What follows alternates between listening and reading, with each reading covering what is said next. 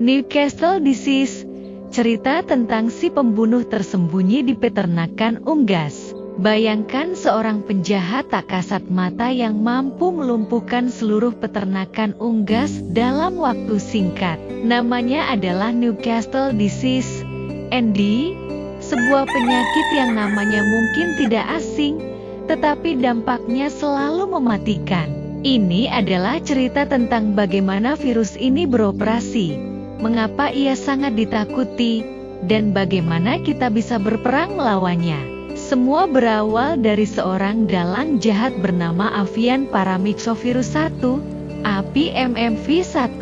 Virus ini adalah musuh bagi lebih dari 236 spesies burung, baik liar maupun ternak. Sejak pertama kali diisolasi di Indonesia pada tahun 1926, ia telah menjadi penghuni tetap atau endemik yang terus mengintai. Yang membuatnya sangat berbahaya adalah kemampuannya menyebabkan kematian hingga 100% pada kelompok ayam yang tidak terlindungi oleh vaksin. Si virus ini adalah seorang penipu ulung. Ia bisa menyerang dengan berbagai topeng atau patotipe, membuatnya sulit dikenali sekaligus. Sang penghancur pencernaan, Viscerotropik Velogenik, ia menyerang usus, menyebabkan pendarahan internal. Sang perusak saraf dan pernapasan, Neurotropik Velogenik, ayam akan menunjukkan gejala syaraf seperti berputar-putar, leher terpuntir, dan kesulitan bernapas. Si pencekik, Mesogenik, fokus menyerang sistem pernapasan. Siluman, Lentogenik dan asimptomatik, yang ini paling licik. Unggas terlihat sehat, tetapi diam-diam menyebarkan virus melalui kotorannya, menjadi sumber wabah yang tak terduga. Seperti mata-mata yang handal, virus ND menyebar dengan cepat melalui air liur dan kotoran unggas yang terinfeksi. Seekor burung liar yang terbang di dekat kandang bisa menjadi kurir tak sengaja yang membawa malapetaka ini. Untuk menangkap penjahat ini, para ilmuwan memiliki beberapa cara. 1. Standar emas, gold standard, mengisolasi virus langsung dari unggas sakit. Ini akurat tetapi membutuhkan waktu. 2. Detektif cepat, PCR. Teknik molekuler seperti real-time PCR digunakan untuk mendeteksi materi genetik virus dengan cepat dan tepat, seperti pemindai sidik jari. 3. Membaca bukti di TKP, melihat gejala klinis dan kerusakan organ yang ditinggalkannya, baik secara kasat mata, makroskopis, maupun di bawah mikroskop. Karena begitu terinfeksi, sulit untuk disembuhkan, pencegahan adalah senjata terbaik kita. Vaksinasi, tameng utama.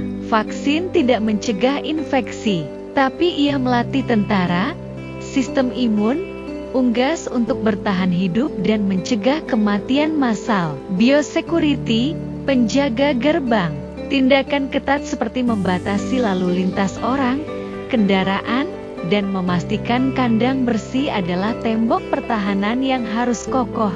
Manajemen yang baik, meminimalisir stres, mengontrol hewan pengerat dan burung liar, serta pengelolaan limbah yang baik membuat lingkungan tidak nyaman bagi si virus untuk berkembang. Tindakan terpahankan, pemusnahan.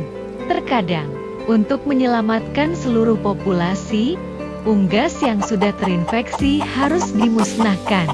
Ini adalah keputusan sulit untuk mencegah wabah yang lebih besar. Jika virus sudah berhasil menerobos pertahanan, situasinya menjadi sangat sulit. Fokusnya bergeser dari menyembuhkan ke mengendalikan. Isolasi dan pemusnahan. Mengisolasi dan memusnahkan unggas sakit adalah langkah pertama untuk memutus mata rantai penularan. Tingkatkan sistem imun. Memberikan suplemen untuk meningkatkan daya tahan tubuh unggas yang masih sehat adalah bentuk dukungan logistik bagi tentara di dalam tubuh mereka. Cegah infeksi sekunder. Unggas yang lemah rentan diserang penyakit lain. Pencegahan infeksi sekunder ini sangat penting untuk mengurangi tingkat kematian. Newcastle disease bukanlah lawan yang bisa dianggap remeh. Ia adalah penjahat licin dan mematikan yang telah menyebabkan kerugian ekonomi besar-besaran. Namun, cerita ini tidak harus selalu berakhir tragis. Dengan vaksinasi yang disiplin, biosecurity yang ketat, dan manajemen yang baik, kita bisa menulis akhir yang berbeda, sebuah cerita di mana peternakan unggas tetap produktif, aman, dan terbebas dari ancaman si pembunuh tersembunyi ini.